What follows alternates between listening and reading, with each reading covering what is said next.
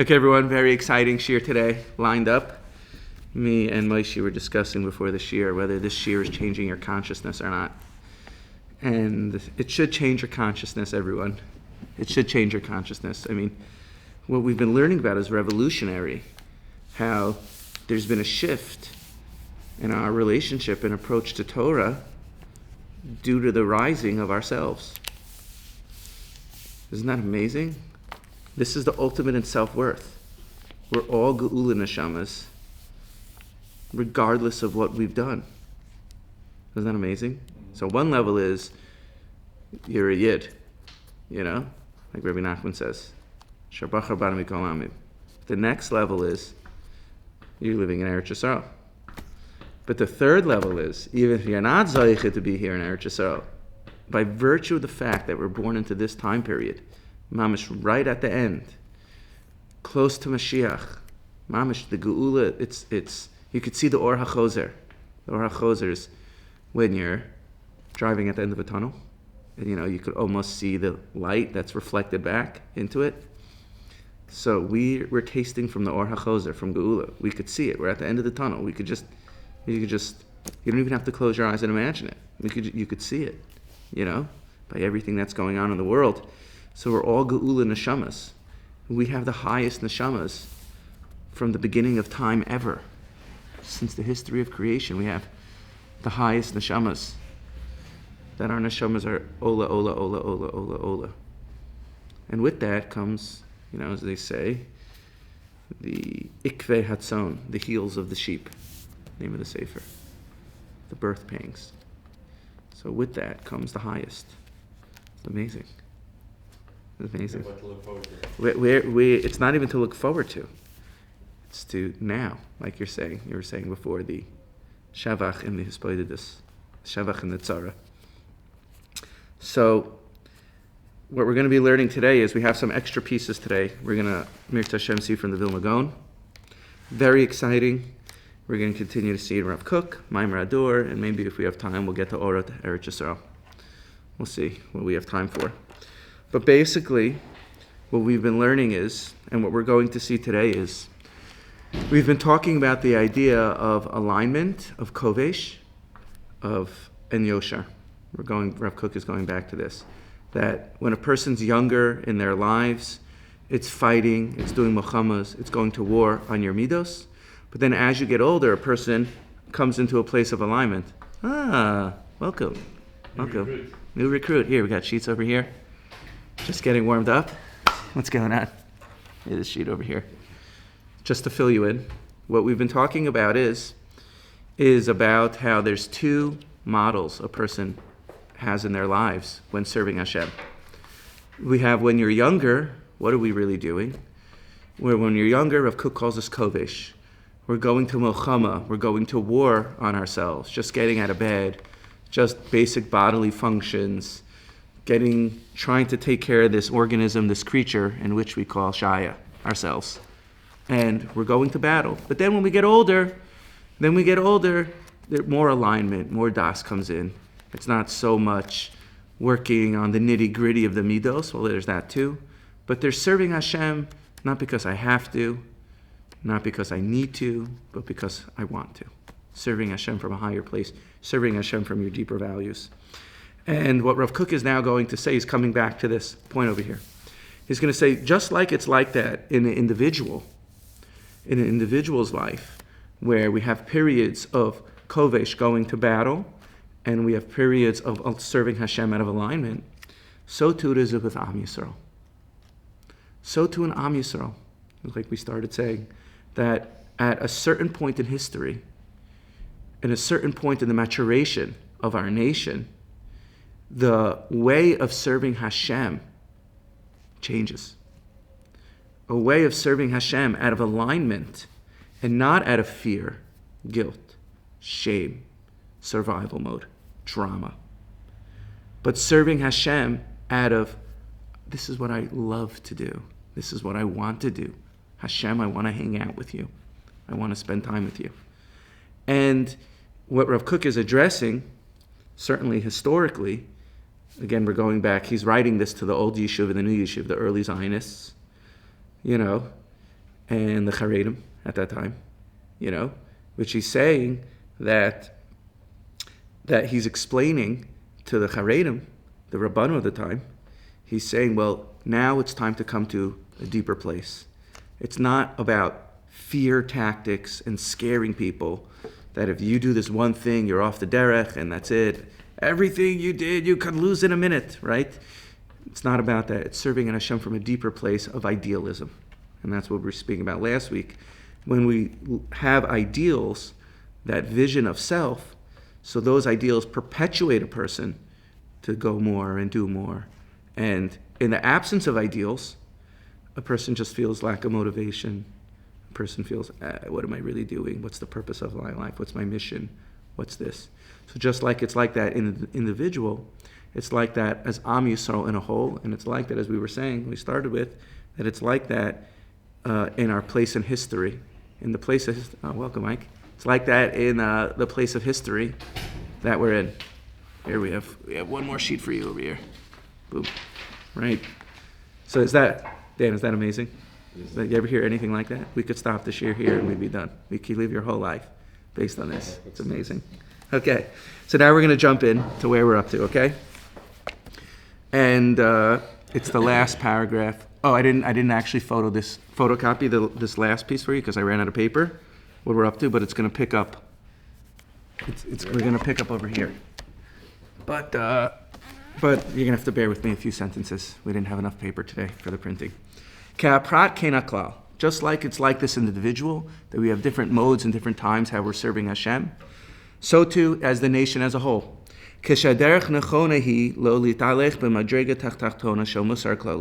When it appears, when the nation is not in a state of maturation, right? So the nation's on a lower level, and you go according to the ethics, you go according to your morals, you go according to your guides. Therefore, even if it's a low level or it's dark and it's filled with deep embattlement, but on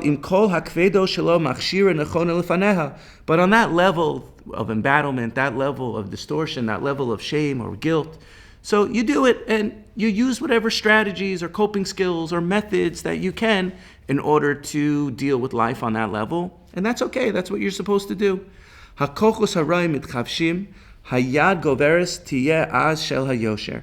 what you want to do is you want to sublimate, as we're saying, the kochos hara to the kochos hatov. Right? So what you're doing is you're going to battle on yourself, and you're doing this, and you're developing, right? Developmental stages of the individual. So too in the developmental stages of humanity. So you want to get to maturation, which some of it is the room, certainly myself, is still working on, reaching maturity, right? Adultifying. And then what you do is you subdue the kochos hara to the kochos hatov, and then you're now serving Hashem from a place of alignment. Shel tzedek, of righteousness, shel tov, hatoshia, kifia, muvan haragel, muskam. You're doing the regular thing. Okay, I'm officially a functioning member of society, right? I'm doing the baseline. As I always tell my students in the class, we talk about the DSM, right? So one of the questions I ask them, that's the psychological manual for diagnosis, is the DSM-5. So one of the big questions we weave throughout the semester is this just a social habituation? Means here's considered socially acceptable, and if you deviate in any direction, that's considered not normal, right? Is it just the way to, like, who made up that line? Where does that line come from? Is it just like... And it's not static. Right. Is it just like, okay, you need to look and function in the way society does, so anything that's a deviation from that, now you're considered not normal? Like, who made those rules? Who set the bar here? What is the point of dying? Right, so it's like, you're doing the thing, now you're like reached the baseline of humanity. You could call yourself a member of society, right? Right, Shagam ele brum hine oba matzav shel kvisha, hadrachim hapratim shalom hine malayim lacham v'nitzon yachdov, gam he mishtamshim b'samim hamarim, leman yikumu v'yamdu aragleim, aval mikol makom ha'az v'tzedek b'yaminam. So when a person is, again, just chazering this because he's setting the stage for something much greater, what he's about to say, right? So too, a person does what on the level that they're on, on the lower level that they're on, so they do kvisha, and they subdue their, it's like a little bit like Tanya mixed in here, right? They subdue the kochos hara to the kochos hatov, and then you're a functioning member of society, right? And that's good, but the be'etzem level that you're on is still considered a low level, right? So on your level that you're on, the level that you're on, it's still low. It's not, a high level, but it's working. And that's considered okay. But what he's going to say now is that, but when the Jews returned to Eretz Yisrael at a time in history, which was his time already, and he even started before, Talmidei Gra, Talmidei Baal Shem Tov, but when the Jews start returning en masse to Eretz Yisrael, as we've been explaining through Ma'amar HaDor, everything changes. The be'etzem level is higher, because the be'etzem level of the neshamas hador, of the people, is already higher. So it's not just like, okay, I'm doing my thing, like I'm in my corner, I'm doing my thing, like whatever, I'm good. When you get to Eretz Yisrael, it's a whole nother playing field. So the developmental stages of humanity, the fact that we all have geula neshamas nowadays, like we were talking about the Or HaChozer, we could see the light reflecting back at the end of the tunnel, like when you're driving in the tunnel, you can already see the end before you're at the end because that little bit of light spills back, right? So now we're seeing, Rav Kook was already tasting from the light of geula. He was seeing the Or HaChozer, the light at the end of the tunnel, and seeing the geula in his time. And he was talking about this, and certainly in our time, we're all, as we've been learning consistently, that we're all geula neshamas, should be the ultimate in simcha, misha nichnas adar, right? So now Rav Kook is going to say, now that we got, so too, it's like that in individual's life, we have different stages in our lives, so too in the in the lifehood of Am Yisrael. When we're in Eretz Yisrael, Judaism in Eretz Yisrael is totally different than Judaism in Chutz La'aretz. That this thing of kvisha, of going to war on yourself, that's Chutz La'aretz Judaism, right? That's self-preservation, that's fragmentation, that's trauma, right? But the Judaism of alignment, of aligning ourselves with Hashem and ultimately receiving nevuah and prophecy, the Judaism of seeing ourselves as part of Am Yisrael and not just having a self-centered Judaism, right? That's an Eretz Yisrael, right? Late adulthood is very different than the teenage stage, right? It's very different than infancy, right? So here in the developmental stages of Am Yisrael, we're already in the Das stage of late adulthood, of bringing in the wisdom, right? Of looking forward to the Geula, right? Milaris Deis, that's why one of the reasons why Pnimius HaTorah is so important nowadays, which one of the reasons why we learn Rav Kook, to show us the Pnimius, to connect Pnimius HaTorah, because it's just in Eretz. So then a person comes to Eretz Yisrael, and what do they feel? Like, I know I definitely went through this, or sometimes still go through this. Maybe I'm not as from, maybe the kids look a little bit different, Maybe it looks this, maybe it looks that, right? Because in Chutz La'aretz, what is it? You're Jewish, and everyone around you is Goyim. So you say, where it's very easy to maintain your thing when you can't. I mean, you can assimilate into society, but if you want to be a firm Jew, it's very clear. My neighbors are Mexican. I have, I don't know how many Jewish families on my block, So it's like, we're not like them. It's very clear, right? But then you come to Eretz Yisrael, so you are like the other Jews, really. And you say, I'm not like, so in certain communities they say, the chilonim, right? But obviously we don't do that. So they're also Jewish, right? The postman's Jewish. Everyone's Jewish, right? So serving Hashem from a place of milchama, of this type of in battle type of thing, doesn't work here. You need a different iOS. You need a different paradigm for serving Hashem, right? Because it's not about being lochem on the outside forces that are coming to meet tameh our mind, right? Here we are, right? So it looks different, and it's a totally different ballgame here, right? And everyone in this room understands this intuitively, what we're saying. And for those who are going to listen to this in Chutz La'aretz, welcome home, come on home. We need you here, we need you here. All right, now listen, look how Rav Kook says this, okay? It's amazing how Rav Kook was addressing this. He was addressing literally what all of us feel in the 1900s, right? This was written in 1906, 1907, right? So this is 120 years ago. And he's writing this. It's remarkable. So you see, he's talking to the to the Palmach, he's talking to the Haganah, he's talking to the early Zionists, right, that were throwing off Torah, but he's also talking to the Charedim. He's talking to and this is Rav Kook's dialectic, his amazing way to see that gray, to find that nuance, instead of pinning him down, say he was this, he was that. It's just filled with nuance, which makes it so complicated because you just want to pin it down and say, this is what it is, right? But this gray area, that in Eretz Yisrael, you have Or and Keli, you have body and soul merged together as one, because that's pure alignment. When the Gashmias becomes Ruchnias and the Ruchnias becomes Gashmias, right? When you serve Hashem out of your high ideals, right? Like part of the Chayris in Eretz Yisrael that we're experiencing is having nice stuff. Having a good house, having good clothing, right? Learning Torah, having air conditioning, having nice buildings, like the great Navi Yeshaya says. One day they're going to come and rebuild Eretz Yisrael with nicer stones than it ever was. We have marble from Italy, right?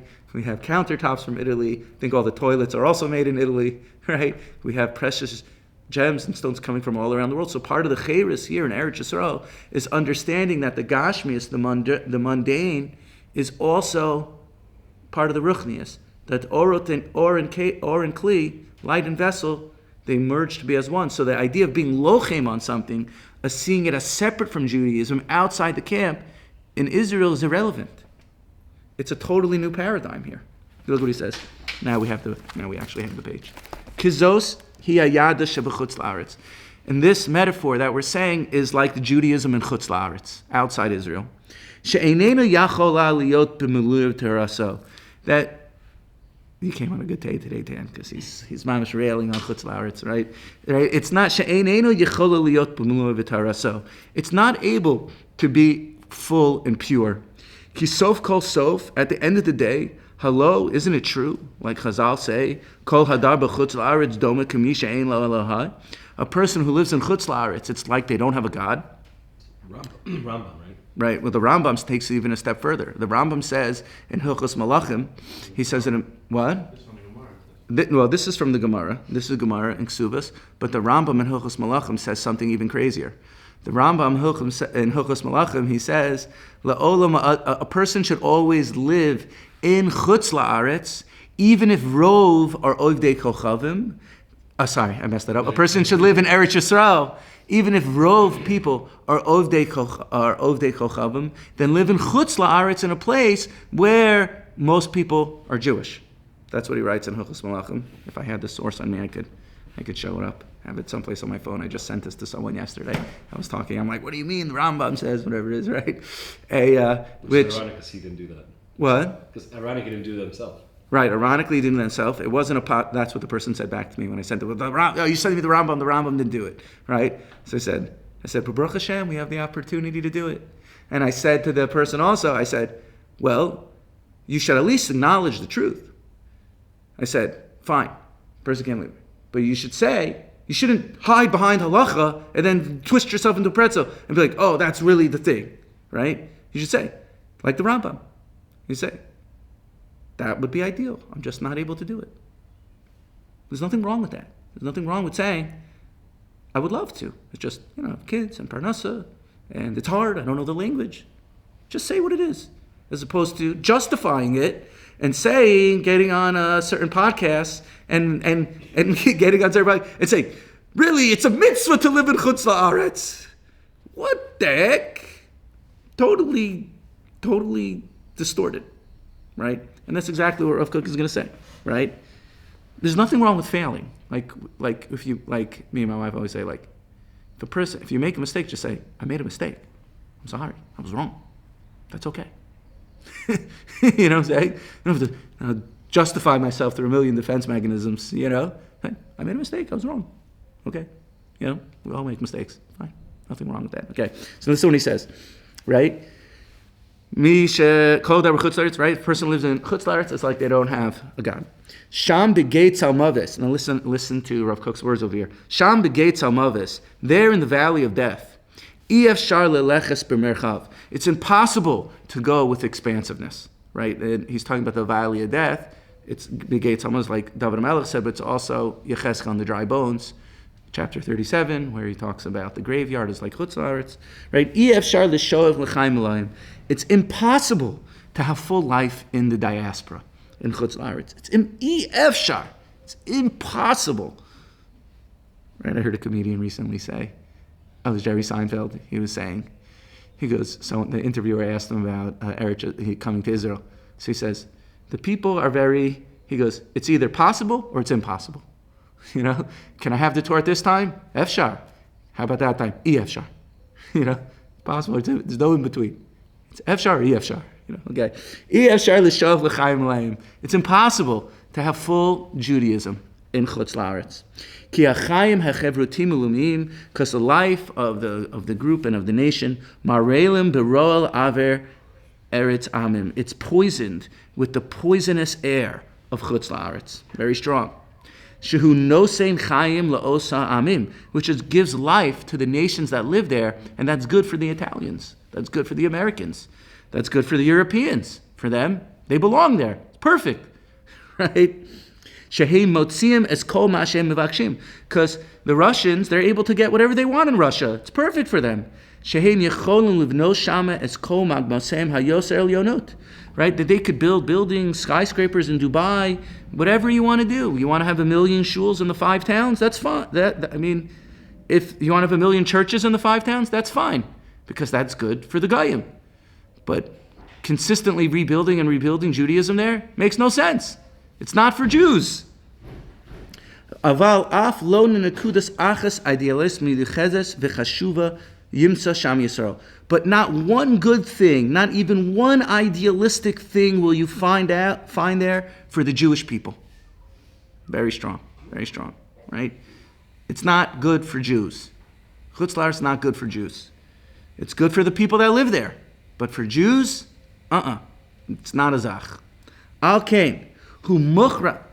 We normally don't speak this sharp in this year. Dan, you came on one of these days. Okay, al kain, who... Yeah, it's perfect. I love it. Therefore, a person, they're going to wind up feeling bent over.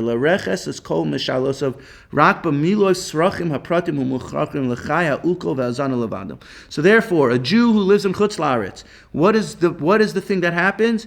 A person becomes self-centered Judaism, only to fill their own needs, only to digest their own food. Right? Build a bigger house, a bigger this, another shul. You go back, you see like 1 million shuls being, Bishlema, old shuls. Fine, old shuls. But continuing to build new shuls? Like really?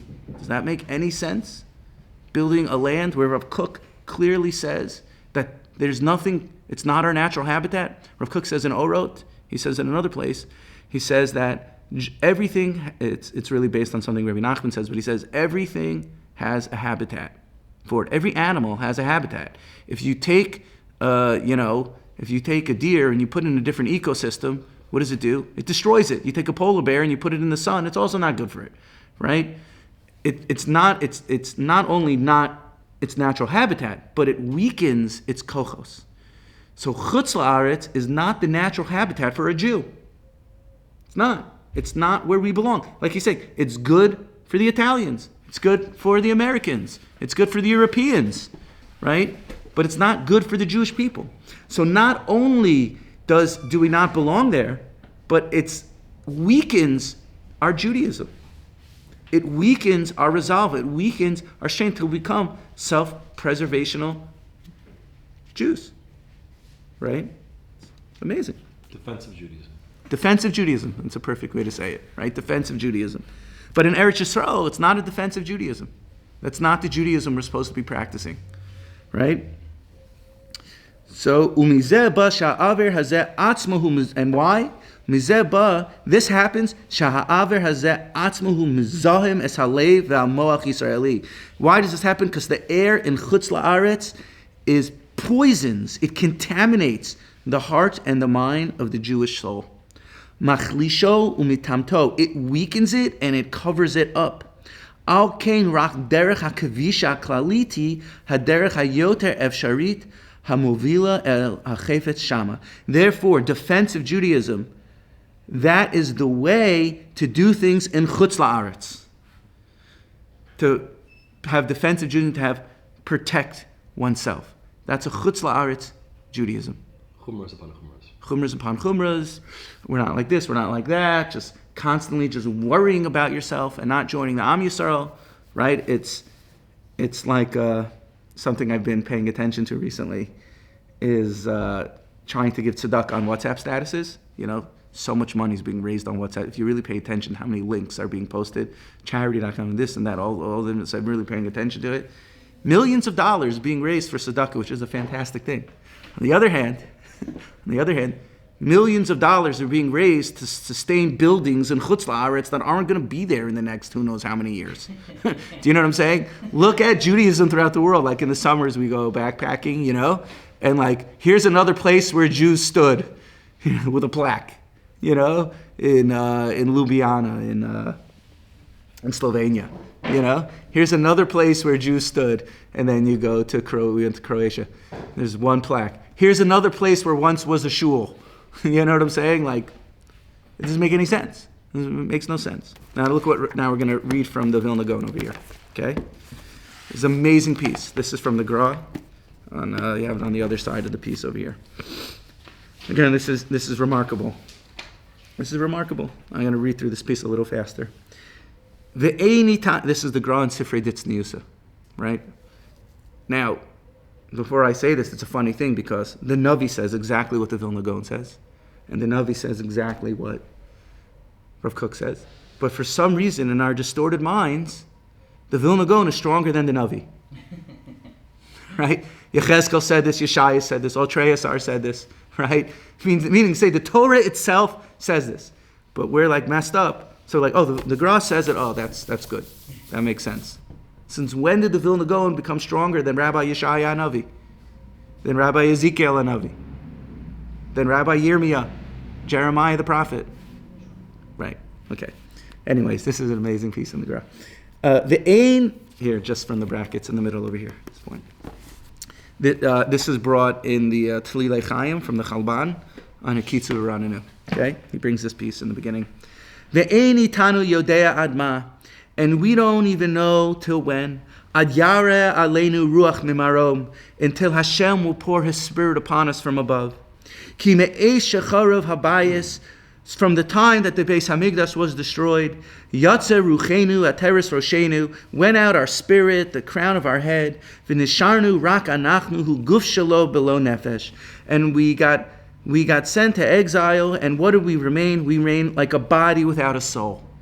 And going to Chutz La'aretz is like the grave.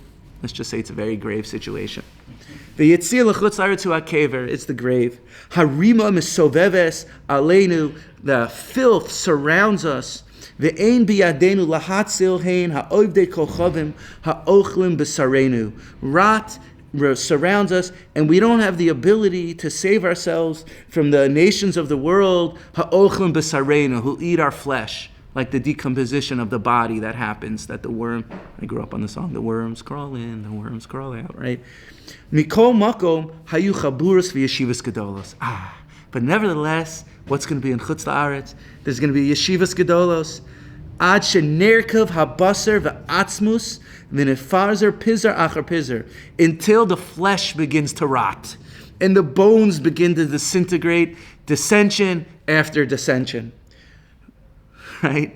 Mikol makom hayu adayim atzmos kayamos. But nevertheless, the bones are still going to be right. The bones don't fully disintegrate.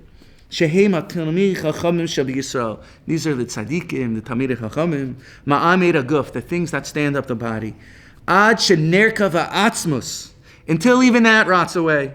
V'lo nishar ela tirvad reked meitanu v'nasa afar, and nothing's going to be left to us until we become entirely disintegrated, until the dirt, we're going to have one little bone left. The whole thing is going to rot. Shacha la'afar nafshenu, woe to the dust of our souls. V'anachnu mekavimata, and we're waiting now, l'tchias hamesim, for us to be reawakened. Hisnari mafar kumi v'yara ruach memarom aleinu, and Hashem should pour down the ruach memarom aleinu. Hashem should pour the Spirit above. Right, from the Vilna Gaon. That we're going to have yeshivas, we're going to have this, we're going to have that, but what's going to happen? It's all going to rot. It's all going to disintegrate. Like just eating away, self-preservation. Like you're saying, Judaism in Chutz La'aretz is different than Judaism in Eretz Yisrael. Is that amazing? It's amazing from the Vilna Gaon. Now look. That's why he sent Talmidim. Right, that's why he sent Talmidim. You go to the old cemetery. First of all, the Prushim, like as far as I understand, like Reb Chaim Kanievsky, they all wear shtreimels. You know why? They're not Hasidim because the Talmidei Hagra, the Prushim, and they wore the Hasidic levush. You know, so they're really Talmidei Hagra that look like Hasidim, right? Like Rav Yeshua wore shtreimel wasn't Hasidish. Right? He came from the Leshem, who had a chavrusa with Rav Kook. They learned with each other. Rav Kook went to learn by him for a month, right? But actually, Rav Kook is the one, as far as I understand, who secured the visas for the Al Yasha family to come to Eretz Yisrael. Right, Rav Kook was Rav Yasha's shadchan. Right, Rav Kook was, and he secured the visa. I actually heard Bobby Rosenberg, we're in Bobby Shul, so we could say, Bobby told me yesterday also that the Rav Avram Steinhartz, the Kochav Leib, the big Breslover tzaddik, Rabbi Rosenfeld's Rebbe, he said that Rav Kook, he told me, I never heard this till yesterday, he said that Rav Kook also secured the family. He was the great-grandson of Rav Nassan. Rav Kook was the one who also secured the visas to bring the Kochav Lev to Eretz Yisrael, and they were close with each other. What did he tell me? Is that amazing? I never heard that. Now, here, look at this one other piece of this I didn't photocopy. I'm picking up, this is from Orah to Eretz Yisrael, Ketav Vav, paragraph 6. I'm just jumping into the middle. Kol ma shekaser yoter lispol es avir chutz la'aretz. Right? Anything, the more that it's difficult for a person to be in chutz la'aretz. Kol ma shemargishim yoser ruach hatuma shel admas tameya. The more a person feels, I'm done here, I'm done. They feel the tameh of the land. They feel, Zehu simun leklita yoter pnimit shel kedushat Eretz Yisrael. This is a sign that a person has stored up within inside themselves the Kedusha of Eretz Yisrael. Is that amazing? Right? It's like you go back and you're like, why am I here? Right? I need to get out of here, right? That's a sign that you have more Kedusha Eretz Yisrael. So those are in Chutz La'aretz who are listening to this class, if you're disgusted in the place that you live, rightfully so, that shows you're a ben Eretz Yisrael. Gewaldig. Right? I couldn't resist today. Right? Zeo similar klita yoter pnimi shel kedusha Yisrael lechesed elyon, the kindness of Hashem, asher lo yazov mimenu mi shezacha leistofef betzel, and Hashem has helped us so much and has not left us, forsaken us. Says zacha leistofef betzel tzach shel eretz hachayim, that Hashem has brought us here to the wonderful, clean land of life. Gam behischarku v'nodu, even though if we were distanced from the land and we were wandering, gam begaluso ve'eretz nididatanu. So we could connect to Eretz Yisrael even in Chutz La'aretz, because the more we're disgusted with the land, like we just saw from the Vilna Gaon, right? That everything's just rotting away. You have yeshivas, you have Talmidei Chachamim, you have this, but it's all going to disintegrate in the end. It's all going to disintegrate. Wait, lost the spot. Right? Okay, right? Hazarot shemargishim b'chutz la'aretz harehu mekasheres yoser. It's called cheshech haruach pnimi le'eretz Yisrael v'kedusha. Right, and the more a person feels estranged, right, that we're the minority population in chutz la'aretz, the more a person feels that estrangement, that I just don't stranger things, that I just don't belong here, right, and they feel just estranged in chutz la'aretz. That's a sign that they're longing for the Geula, and that's a sign that they mamish belong in Eretz Yisrael. So if you feel estranged in Chutz La'aretz, that's Hashem telling you that you're mamish connected to Eretz Yisrael, and that you mamish belong here. You mamish belong here. And we'll just do one other small piece. I never publicly taught Orah to Eretz Yisrael. Like, we should do that one day. We should, because I've been teaching them more like other types of pieces. But we could learn Orah to Eretz Yisrael. It would be amazing to learn it together. Right? Hadimyon shel Eretz is Orat Eretz Yisrael. Hey, Hadimyon shel Eretz Yisrael hitzalu v'barur. The mind of Eretz Yisrael is mamish clear. Naki v'tar u'masugul lehafat ha'emes. It is mamish clean and pure, and it's ready for God. It's preparing us for having something that's very high. We're coming close to prophecy. These are for the flashing, the lightning bolts, the shining of Ruach HaKodesh. But the imagination in the foreign lands, it's dirty, it's mucky. It's like when you make a cup of Turkish coffee, you have the muck on the bottom of the Turkish. That's the air of Chutz La'aretz. Me'urvav b'chashichim, it's mixed together with darkness, but slile tumas v'zihom, and it has poison and unfiltered things. Lo yuchal lisnas el roman kodesh, it's impossible. You're unable to lift up to the high levels, right? You can't have prophecy in Chutz La'aretz unless you were here in Eretz Yisrael first, right? V'lo yuchal lios basis l'shefas oros haglin, it's impossible to mamish lift yourself up. So just to bring this all together, like we're learning, just to put it back on Ma'amar HaDor, what we've been learning over here, right, is that the Judaism, we've reached a new point in history. It's not defensive Judaism, not defensive driving, but it's proactive. And all this is started in Rav Kook's days and even before that, and it's certainly happening nowadays, that we need to realize that operating from a place of guilt and operating from survival mode, like we've been learning over and over again, and operating, it just doesn't do it. It's the wrong paradigm. It's coming to a place of, I love serving Hashem, and wanting to serve Hashem out of deep desire, higher ratzon, and from our deepest place of self-worth, right? From our deepest place of, I'm worthy to serve Hashem. And what could be better than coming to a Rav Kook shir, getting up a little earlier? What could be better than learning the Shnayos here?